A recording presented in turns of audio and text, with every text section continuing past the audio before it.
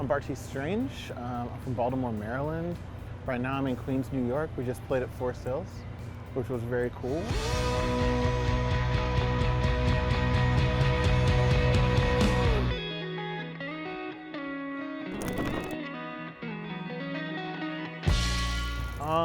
I play an AC30, a hand-wired one with blues, which I like. It's my first time touring with one.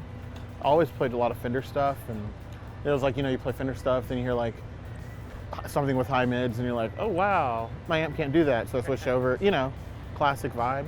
But I like it. My pedal situation is like always changing, and I'm using too many pedals right now, I would say.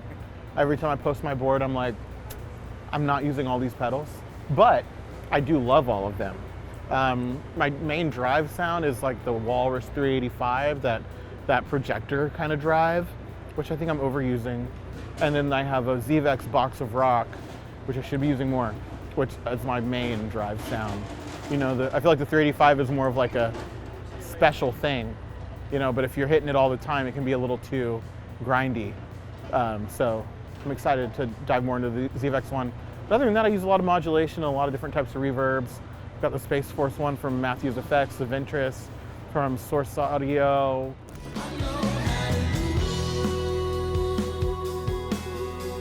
The main one I play is a Jazzmaster. It's a custom shop 59. I have a 59 at home, like a real one that I adore. I would love to play, but it's kind of scary, and so I don't bring it out unless it's like a special thing. So I play the gold one. Always wanted a gold one with a matching headstock, so got that. And then I play like a Murphy Lab AH335, like a sick 335. It's so gorgeous. And then I play a Baranek, an RE1 built by Mike Baranek, a really good friend of mine, great builder, yeah.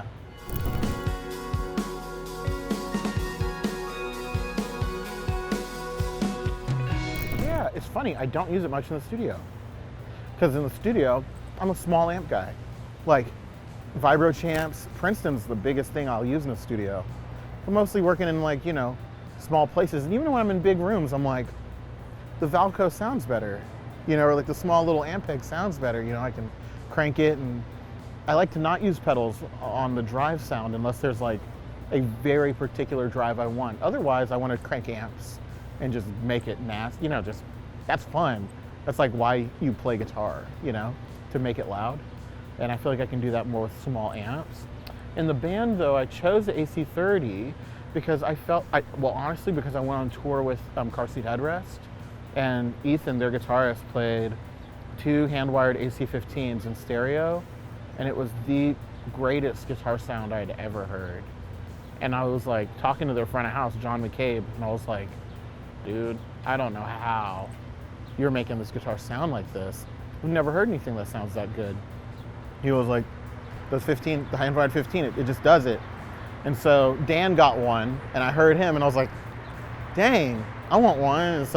And I was just playing a normal AC30 with greenbacks, and I hit up my rep at VOX, and he sent me the hand-wired one, and like, I'm still getting used to it, but I have moments with it where I'm like, this sounds incredible. I just got to figure out the stack going in, but I've been very happy with it on this run. I love it.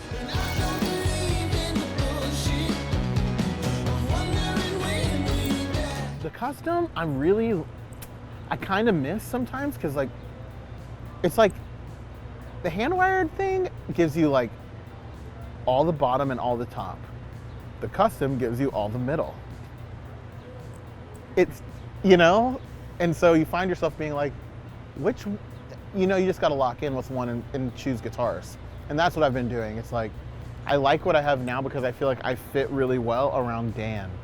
And Dan's like the lead guitar player, and he's like all mids playing a Gibson SG with one P90 in the bridge, like rocking, And so I'm like, okay, cool, I'm filling out. And I feel like, I'm rocking like, 2 Alnico blues with 30 watts, headroom. He's like quick and punchy with a 15. And then Graham, the other guitar player, is playing like a deluxe reverb. So it's like, when the three are together, we're filling very different spaces, and it can like, we're not in each other's way, which is kind of like the biggest concern when there's 3 guitar players.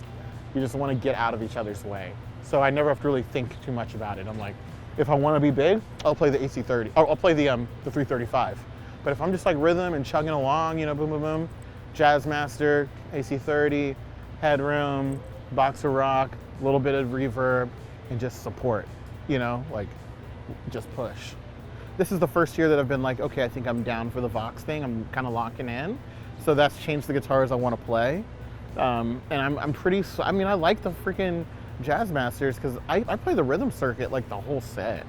And it kind of makes the 335 make sense, you know, because it's like, I don't know if that makes sense. And the Vox with the blues is going to be bright. It's going to chime. So like a Jazzmaster with a rhythm circuit, it's kind of even. Like it just comes out, it sounds like a Telecaster through a Princeton reverb. You know, it just like is mellow. And so I'm always thinking about like the combination of that in context with Dan and Graham. Dan's playing the SG and like a telly, a thin line telly. And Graham's playing a freaking flying V, you know, through a deluxe reverb. So I'm like trying to do no harm. That's kind of my thing. I'm like, how can I just like have, like just like push the song along and be the rhythmic center and have, you know, when I want my moments, I can always boost out, you know, maybe play the 335 and get big. But, you know, most of the time I'm just trying to like play bass. You know, I feel like a bass player. I'm just like locking in and just keeping it moving. It's cool. Honestly, I don't even know. You know, when I hear them back to back, like the greenback and the blue, I can tell the difference. And a lot of times I like the greenback more. But growing up, I always wanted the blues because they were more expensive and I didn't know anyone that ever had them. So when I got the Vox deal, I was like, I want the blues too. You know, so that's why I like the blues, because they're cool and they look awesome and they're chimey and dope. And there are times when I'm playing with them and I'm like, this sounds so unlike a Fender. I played Fenders for so long. I'm like, oh, this is so different than a Fender. It's so nice to just be in a different tonal world. It's just like fun for me right now. I'm having a lot of fun with it because I've never had access to it. So that's why I like the blues right now. I bet in like a year and a half, I'll be like, I'm playing greenbacks.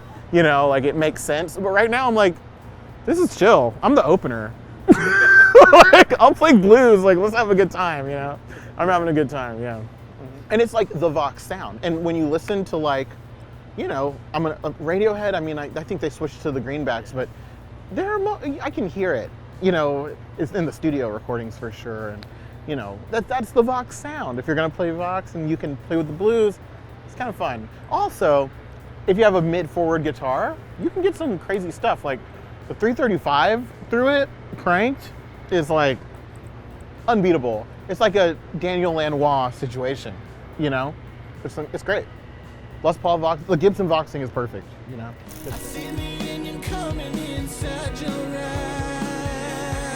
I think I'm retiring. This is it. I'm done now. This is the last show I'll probably play. No, I'm kidding. More of the same, I hope. I'm really grateful for the album. I'm glad I put it out. It was hard for me to release because I wrote it so fast. Normally when I write albums, I have it for a year or two and I can just tweak and tweak. I wrote that thing in like a couple months. And I remember putting it out and being like, I don't know if I want to do it like this ever again. And so I was really glad people liked it, because even though it was fast, it was like a very real snapshot of my life at the time, right before I really started touring and started being able to do stuff like this. It was like an album about like my expectations for the future and also thinking about the path to getting to where I was. And so it's been really interesting now to like move through the cycle of the album and look back and kind of challenge myself on what I thought was going to happen and what did happen, who I thought I would be and who I actually am. It's been really interesting. You know, today's the 1-year anniversary of my album coming out. And it's cool, because I remember writing that album, I lived in Brooklyn at the time. And you know, me and my friends that I wrote the album with, they're here playing the band. A lot of them are in the crowd. My co-producer Chris is here. It's just kind of like a cool thing, you know, Field of Dreams vibes, you know. You build it, they'll come, kind of. It's cool. So I'm grateful and nervous, but good nervous. Yeah. I don't know what's gonna happen next. I have a record I just finished that I think is like the best record I've ever made. Like, it's amazing.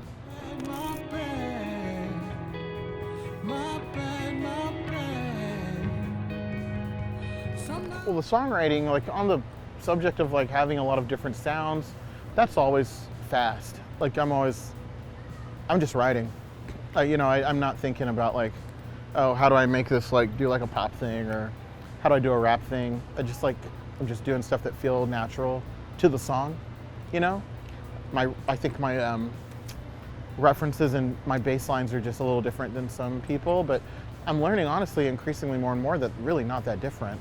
A lot of people listen to everything. I listen to everything.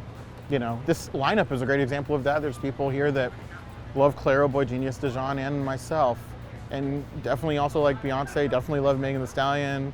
They definitely love Taylor Swift. It's like the way things are going these days, like everything's everything, and that's kind of what the point of my music is. So when I'm making records and I have time and I'm really like working it, I'm thinking about maximizing the moments.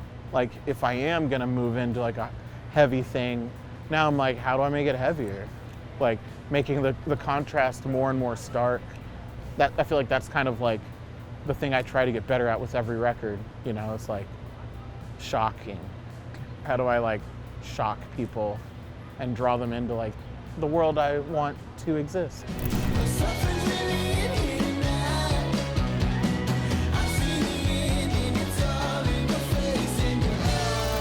Everything I do, I start alone, and then I bring people in. I was alone for a lot of this record, which I like. I had a lot of time to just be like, what do I want this to be? And then I was able to collaborate with some people that honestly probably wouldn't have gave a shit about me 2 years ago, but now are down to work with me. Shout out to them. So it's like the shit really leveled up because I was able to work with some people I really think are special and I look up to in a deep way. And once you have that kind of energy in a room and the songs are good and the gear is great and you got time, and it's just like you can do anything you want, and so it just push the songs until they feel like I want them to feel. I'll be by myself, then I'll be with someone else, and I take everything home, and then I really have my moment, with it. And that's how this record has been, and it's been really nice. I like it. I like it not being out too. I like being the only one that knows it. I feel like once you like put it out, it's not yours anymore. Because like with the last record, it left so fast. I didn't really get to hang out with it. I've been hanging out with it in a way I've never hung out, like on the road and stuff, and like playing it over and over and over again and being like, oh, I do like that song, and be like, I hate this song. That's a person that I'm not anymore. And then you're like, actually, I understand him better. It's like a tattoo or something, It's like I got this dream catcher when I was 19 years old. I hate it. But I love that guy. I love who he was, I can see both now. And that's how I feel about the record, Yeah. One of them is Dan Cleaterman, who plays in my band. I remember the first time I saw him play guitar, and I was like, you're the most beautiful soul I've ever seen. It's crazy what you do on a guitar. I've always like loved him for his voice on the instrument. There's too many. Omar Rodriguez Lopez at the drive-in. I'll never forget the first time I saw him play, and I was just like, I want that energy. I want to be able to like command a room with tone and like wildness, but there's such a like truthfulness to like his playing, where it's just like he is like so doing his thing. He does not care if you see it or not. It's like beautiful watching him just go to the moon. It's like that Disney movie Soul, where you get into the thing and then you like float away. I feel like that about Omar and Dan. And then there's like blues players, Albert King, Freddie King. Like, I listened to a lot of blues and country music growing up, and that was like how I learned how to play, was just copying licks. But Albert King and Freddie King are tied in my heart for favorite guitar lines. I just love their voice on the instrument. John Prine, great Telecaster player. Sturgill Simpson, great Telecaster player. Jason Isbell, great player. I don't know, it's too hard. There's just too many great guitar players that I just like adore. I'd almost have to go by the guitar. Like favorite 335 player, favorite Strat player, favorite Tele player. But Blake Mills is probably the greatest. Of all of them, Blake Mills is the scariest. Where it's like, did you hear that? Damn. You know, it's like every time I've heard him play, everyone's just like, ah! You know, it's like freak level stuff. So yeah, I just gave you like too many answers. That's all. That's all I'll say. That's all. Yeah, perfect. Yeah. Harrison Whitford, Mason Stoops. Crazy guitar players. That's it. No more.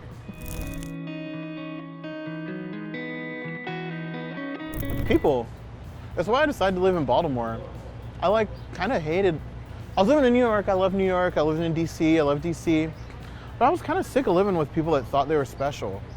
Like everybody wants to be somebody or thinks they have something special to offer the world. But none of us really do. It's like no one's made to do anything.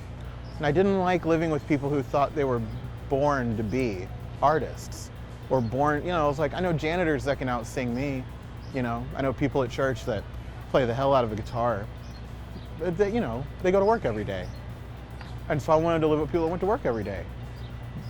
And so that's what inspires me. I grew up with working people, you know.